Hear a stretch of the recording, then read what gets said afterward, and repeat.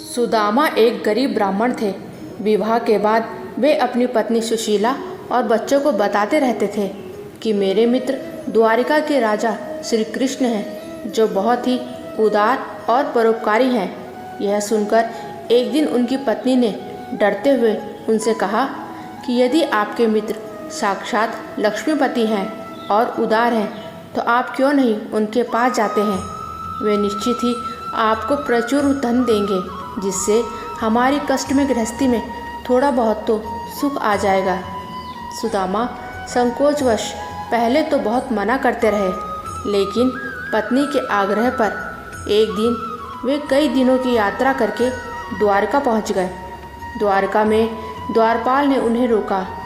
मात्र एक ही फटे हुए वस्त्र को लपेट गरीब ब्राह्मण जानकर द्वारपाल ने उसे प्रणाम कर यहाँ आने का आश्चर्य पूछा।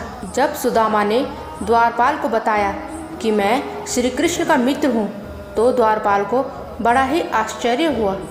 फिर भी उसने नियम अनुसार सुदामा जी को वहीं ठहरने को कहा और खुद महल में गया और श्री कृष्ण से कहा, हे प्रभु, कोई फटे हाल, दीन और दुर्बल ब्राह्मण आपसे मिलना चाहता है, जो आपको अपना मित्र बताकर अपना नाम सुदामा बतलाता है।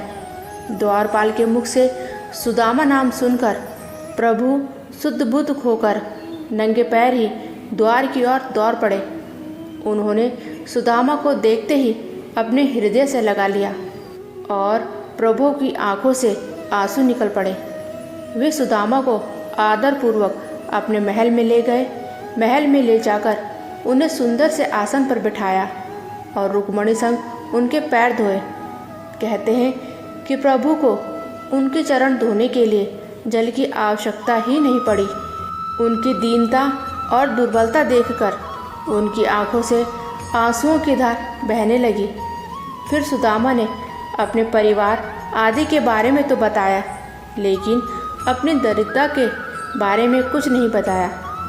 अंत में प्रभु ने सुदामा को सुंदर शैया पर सुलाया।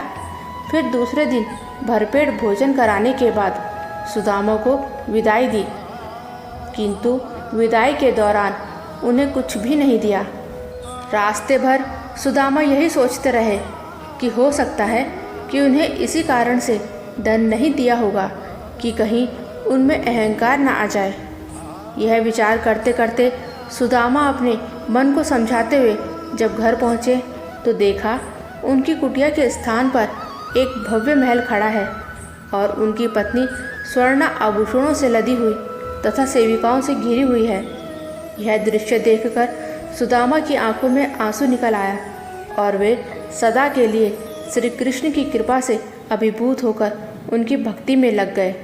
तो दोस्तों, अगर आपको यह वीडियो पसंद आया है तो मेरे चैनल को लाइक एंड सब्सक्राइब करना ना भूलें। धन्यवाद।